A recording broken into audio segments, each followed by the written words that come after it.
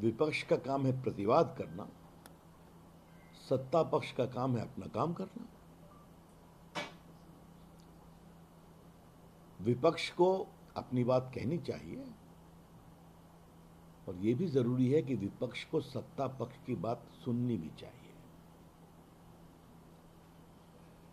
ऐसे तो नहीं चलेगा ना, विपक्ष सदन को रोकेंगे, मेजें थपथपाएंगे, स्पीकर के पास आकर हल्ला करेंगे, प्ले कार्ड्स लगाएंगे, बोलने नहीं देंगे और फिर कहेंगे हमें बोलने नहीं दिया था। There can be no hypocrisy and double standard in parliamentary conduct. Adhir Ranjan Chaudhary के लिए थोड़ा मुझे रिकॉल करना जरूरी है। मणिपुर के मामले पर पहले माननीय राजनाथ जी ने पब्लिकली हाउस में कहा, फिर माननीय अमित शाह जी ने कहा कि हम बहस को तैयार हैं, बहस में कोई सीमा का मियाद नहीं होगा। यही बात उन्होंने दिल्ली के कानून में राज्यसभा में कही, आप बहस कर लीजिए। तो नहीं, प्रधानमंत्री को बुलाओ, प्रधानमंत्री को बुलाओ। जब प्रधानमंत्री आए, अपनी बात कही, तो उनको सुनेंगे नहीं आप? तो आप दूसरे को सुनेंगे नहीं, प्रधानमंत्री को बोलने में टोका टोकी करेंगे और फिर वॉकआउट कर जाएंगे और कहेंगे कि हमें बोलने नहीं दिया जाता।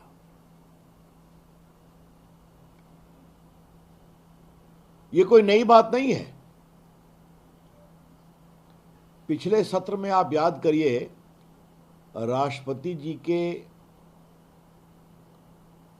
माननीय राष्ट्रपति जी के भाषण के बाद जो धन्यवाद का प्रस्ताव होता है, इसमें 2 घंटे इन लोगों ने माननीय नरेंद्र मोदी जी को राज्यसभा में बोलने नहीं दिया। याद है ना? इंटरप्ट करते रहे कांग्रेस के लोग, उनके बड़े नेता।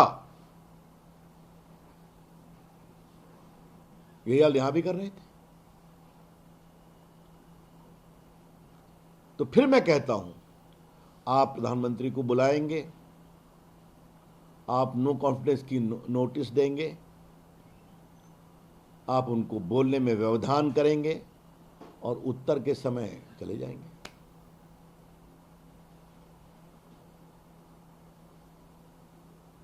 मैं एक बात का जवाब दूंगा, क्या कानून है नो कॉन्फिडेंस का? ये जो rules of procedure conduct of business in Lok Sabha है, इसका मैं रूल 198 क्लॉज 2 पढ़ रहा हूं, motion of no confidence in the council of ministers. इसमें ही लिखा हुआ है ना कि जब स्पीकर लीव ग्रांट कर देगा, उस दिन, उसके 10 दिन के अंदर इस पर बहस होगी। मैं पढ़ना चाहता हूं, if the speaker is of opinion that the motion is in order, the speaker shall read the motion to the house and shall request those members who are in favor of leave being granted to rise in their places. And if not less than 50 members rise accordingly, the speaker shall declare that leave is granted and that the motion will be taken up on such date, not being more than 10 days from the date on which the leave is asked for. तो 10 दिन के अंदर बहस हुई कि नहीं हुई? आप हमें बताइए। तो आप गृह मंत्री जी को बोलने नहीं देंगे, बार बार कहने के बावजूद। जो उनका विभाग है, उनका मैंडेट है। उन्होंने 2 सवा 2 घंटा बोला, 1 घंटे से ऊपर उन्होंने पूरा विस्तार से क्या स्थिति है मणिपुर की, कैसे कैसे अतीत में क्या हुआ, कांग्रेस के समय क्या हुआ, यह बताया।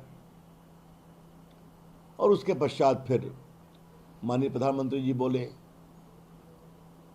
अब ये कहां से युवराज राजीव गांधी ने कहा 2 मिनट बोले, और यही बात अधीर बाबू ने भी रिपीट कर दिया। ये सब रिकॉर्ड की बात है कि पीएम लगभग 25 मिनट, आधा घंटा बोले मणिपुर पर और नॉर्थ ईस्ट पर। अमित शाह जी 1 घंटे से ऊपर बोले मणिपुर पर, नॉर्थ ईस्ट पर, तो आप सुनेंगे नहीं, आप वॉकआउट कर जाएंगे और उसके बाद कहेंगे प्रधानमंत्री बोले कहां। तो आप प्रधानमंत्री को बुलाएंगे, यह विश्वास का प्रस्ताव है, आपने लाया है। और एक बात मैं रिकॉर्ड को आज स्ट्रेट करना चाहता हूं, गौरव गोगोई जी ने थोड़ा बहुत जरूर बोला मणिपुर पर, नॉर्थ ईस्ट पर, बाकी विपक्ष के किसी नेता ने मणिपुर पर भाषण दिया कि मोदी जी को आरोप प्रत्यारोप, और कुछ लोगों ने गाली दिया, सरकार के खिलाफ टिप्पणियां की। तो आज जब सरकार के खिलाफ अविश्वास लाएंगे तो सरकार जवाब नहीं देगी क्या? तो जवाब वो दो जो हम चाहते हैं। ये तो कमाल है। चित भी मेरी, पट भी मेरी, हम ही मांग करेंगे और हम ही तय करेंगे, तुम क्या बोलोगे। संसद ऐसे नहीं चलती। और बाद में आप रोएंगे प्रेस में कि हमें बोल नहीं दिया गया। मैं बहुत पीड़ा से कहूंगा, पूरे विपक्ष का आचरण बहुत ही गैर जिम्मेदाराना रहा है। The conduct of the opposition has been utterly irresponsible.